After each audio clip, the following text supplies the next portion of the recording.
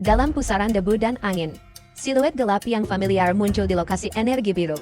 Sambaran petir, itu Kyle, akhirnya dipindahkan ke dunia asalnya. Bocah itu tampak persis sama seperti di muram. Dengan rambut panjang tergerai, pakaian longgar, dan tanpa bekas usia yang telah dihabiskannya di sana. Dua tanda di depan matanya memberitahunya bahwa dia telah mencapai level maksimum luar dan dalam ke-50. Dan bahwa dia telah kembali ke bumi. Kyle perlahan menyadari apa yang telah terjadi. Mulai bersukacita bahwa dia akhirnya kembali. Dia mulai tertawa histeris lagi. Berpikir bahwa kembali ke bumi adalah hadiah karena mencapai level maksimum. Ini bukan masalah besar, seolah semua yang terjadi padanya adalah semacam lelucon.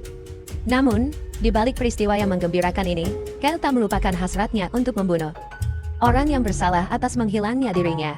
Keinginannya untuk balas dendam sama kuatnya seperti pertama kali dia memikirkannya. Gray tidak mengerti siapa yang ada di depannya, menyebut Kyle gila, dan mengatakan bahwa dia berbicara pada dirinya sendiri. Gray merasa tidak enak tentang seseorang yang tiba-tiba muncul dari guntur dan berteriak tentang pembunuhan.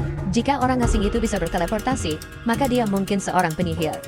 Pengkhianat itu dengan kurang ajar mencoba menarik perhatian Kyle, menyuruhnya untuk memberitahu di mana mereka sekarang.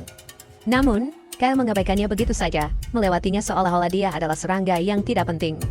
Gray mulai marah karena orang asing itu mengabaikannya. Sementara Kyle melihat gadis yang tidak sadarkan diri itu.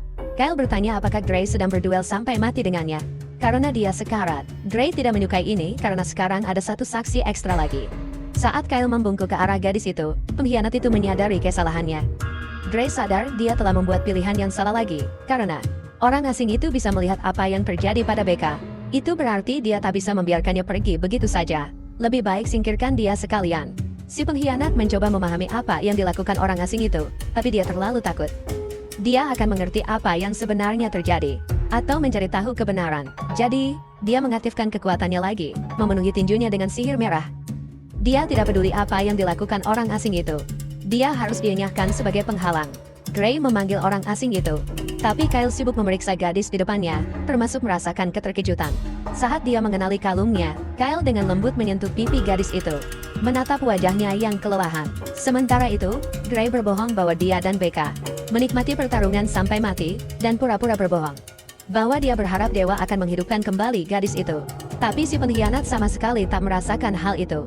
Dia hanya mengalihkan perhatian orang asing itu dengan obrolan untuk memperpendek jarak.